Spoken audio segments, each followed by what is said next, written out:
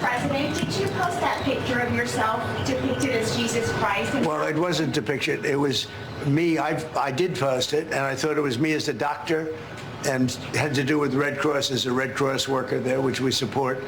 And only the fake news could come up with that one. So I just heard about it, and I said, Okay. So if I'm looking at this, and I don't get the interpretation that Donald Trump is trying to portray himself like Jesus, I'm with the fake news. Do you know, now that I look at it, he does appear to be a doctor. This is a gay man, right? It looks like Joe Biden's son. And Donald Trump is holding the electrodes to do the electric shock conversion therapy. And someone asked, well, why is he dressed differently then? Like, why is there... to symbolize that he is a new type of doctor. He converts people, right? Like from homosexuals to straight. And this is the new uniform that this new medical branch is going to wear. Okay, let's analyze this a little bit. I don't believe for a single second that he actually posted this picture, because Trump is a politician. And politicians, whenever they move their mouth, they lie. And when they keep their mouth closed, they lie to themselves. And so this is damage control, right? Like, it would actually look even worse if he said that it was an intern at him that did it, because it would imply that he cannot control his organization. And so this is pretty much how you're coached to talk to the cameras. It's like, okay, the damage happened, what now? Well, you own it, you make up a lie, like you gaslight the public in their face, and you move on, right? The question is, though, like, who did it? And why? Because it looks like sabotage. Like, there is absolutely no way that they didn't realize the ramification of this picture. And even the Iranian embassy is now... like using their own copyright song, so I can't show it to you. But like they're posting this as well, and it's very interesting with Iran. Did you notice like they're posting a lot of videos in English? That's fascinating, isn't it? You're right? Reckoning. If you're following, I guess like Iran's Twitter, you will see that they have like a lot of movies with Legos and stuff, and they're all in English. And they all validate Nick Fuentes' talking points. In other words, like, this is Iran understanding that the best way for them to win the war is to convince the American people of the Trump's opposition talking points, right? Like the idea that they're Republicans, but they're really concerned, right? Like, Iran actually wants America to flourish and be better and be America first.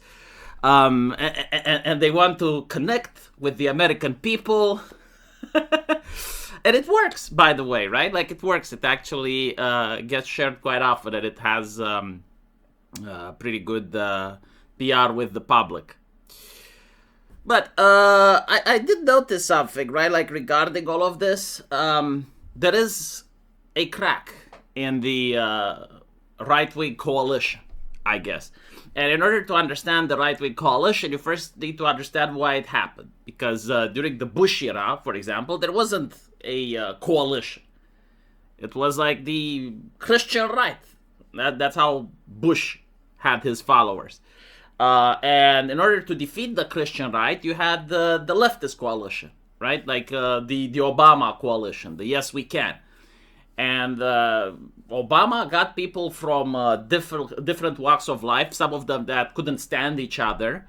But they actually got them to put aside their differences and to make it work. And so what Obama did is what we now would call the woke, right? Or at the time it was the social justice movement. And if you're thinking about it, you have in the social justice movement, in the intersectionality, you have gay people and you have Muslims. And it's like, well, how do you get those two groups to work together? Well, the gay people had like this understanding, for example, that they do not do pride parades in Muslim neighborhoods. You would notice that in Europe as well, especially in Sweden. Like when a right-wing populist party wanted to do a gay pride in a Muslim area, they were immediately attacked as Islamophobic, right? Because again, like the agreement wasn't written or anything like that. It was something that everybody understands, right? Like gay people do not do pride parades in Muslim neighborhoods. In exchange, Muslims do not try to throw gay people off of buildings. They do not confront gay people in public, right? And I'm talking about like in Europe, in the United States, not in the Middle East. You had other understandings, like for example, feminists. Like feminists would go around and they would say all men are rapists, all men are bad, we live under the patriarchy, so on and so forth. But they don't get to talk about gay people. Like if a man becomes a homosexual, the feminists just ignore him. Another great example is the atheist movement. Like everyone knows that the atheists, even now on Reddit, they constantly attack, they mock Christianity, but they never say anything negative about Islam or any other religion. Again, it's this understanding, like we're now part of the intersectionality umbrella, like we're atheists, we still don't want to live under Islam, but we're not going to talk shit about Islam in the West because they're with us now, right? Like we vote for the same people, we support the same positions, and so, like, they do their own thing over there, we do our thing over here. And notice how Muslims in the West, like, also do not attack atheists, right? And this is how, like, the left managed to form the monstrous coalition. Like, none of these people by themselves would have managed to topple the Bush regime. None of these people by themselves would have managed to dominate culture. But together, they did. And so, in response to that, right-wingers formed their own coalition.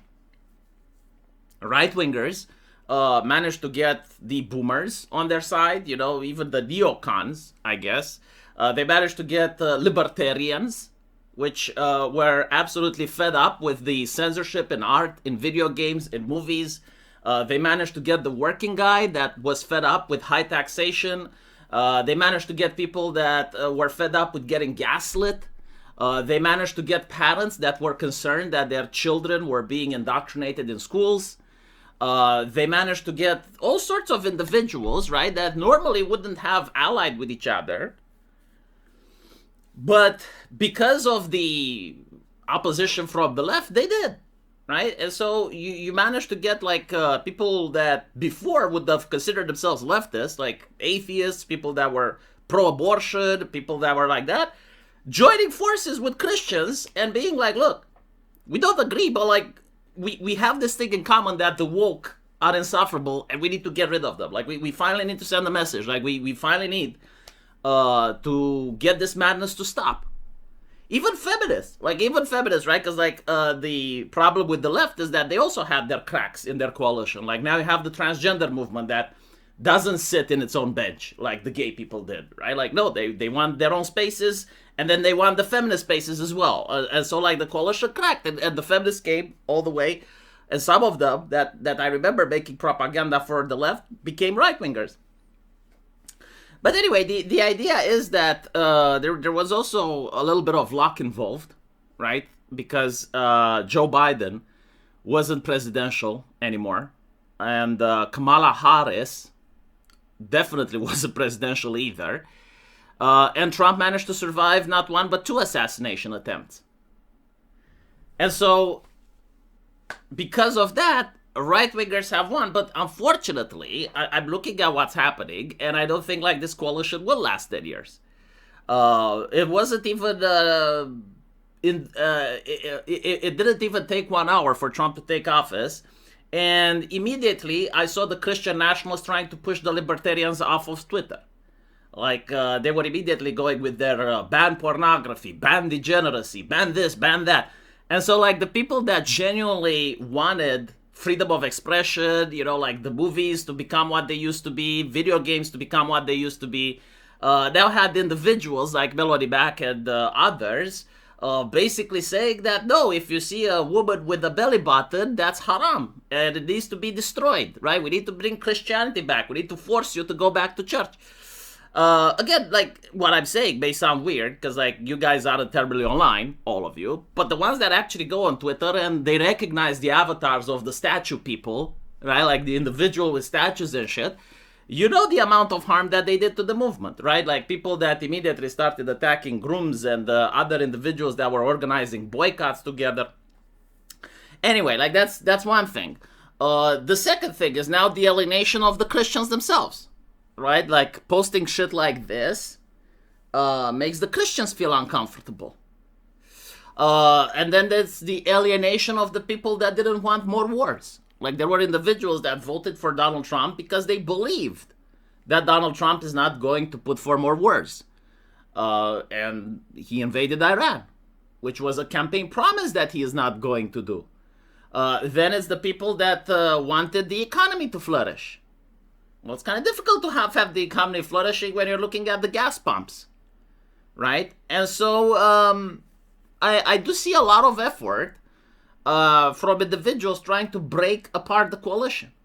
And you have like even insiders, right? Like Republicans in name only, like Fuentes, which LARPs as a right-winger, but all of a sudden, just like Tucker Carlson and Candace Owens, they're now, well, I mean, some of them are openly suggesting that you need to vote Democrat. So they're not even talking about like you need to primary someone that you like, or you need to start getting involved at the local community level in order to make sure that you get mayors on your side, or that you get like prosecutors and judges voted in that agree with you. No, they're literally saying just like, let's join hands with Destiny and Hassan Piker because of different reasons, but like we need to share their end goal. We need to vote Democrats into office. And so you do get to see that the right-wing alliance, I don't know how long it will stand. And the thing is, like, the reason I brought the libertarians, like the people that genuinely want entertainment to return to what it was, which, again, like, it's a reason that some people may actually go and support a presidential candidate, even if others don't consider entertainment to be important. Many people literally got into politics because of entertainment, myself included. And so these people feel betrayed, right? And it's not that they're going to vote Democrat, it's that they're not going to vote at all. Like, they're just going to stay home and not vote, right? And so the whole culture that people believed, it's like they saw themselves at the top, getting to set morality, like HR women get to set morality during Obama, right? Or the way like academics sit in a university and they get to write down the morals for the masses. Their dreams are not going to happen. I definitely don't think they're going to happen because they can't happen if the left manages to take back control.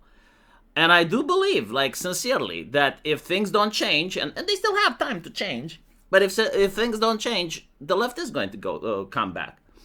And it's normal to come back, right? Because historically, like, the left always comes back, just like the right is going to come back after the left. But it's a little bit too soon, don't you think? It's a little bit too soon. I mean, 5 years, I don't believe that much will be done. And a lot of people think it's like, well, yeah, Trump didn't do what he promised, which is true.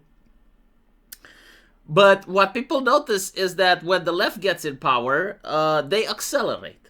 They accelerate usually to 10 times more. And the problem with accelerationism is that I understand it's this theory online that, well, if you accelerate too fast, like people don't rise up. No. If you accelerate into a wall, you hit the wall. And I'm looking at Europe, right? Like, they accelerated with their Green New Deal. They accelerated with a lot of shit. Lifestyle is actually bad. And is anyone rising up? No, right? It's just like, now it's worse in Europe than it used to be. In the UK, right? The no-seat theory. It's like, let's take away all the seats from the Tories. The Labour is accelerated, right? Like, Keir Starmer accelerated. Did people rise up? No. No, it's like, is it better in the UK now under accelerationism? No. No, and I don't think like anyone is going to revert it. Turns out that if you accelerate towards totalitarianism, you get totalitarianism. Totalitarianism is a system that's very well thought out, and it's functional, right? It's just that the people living under it, the plebs that have their resources extract, don't have happy lives.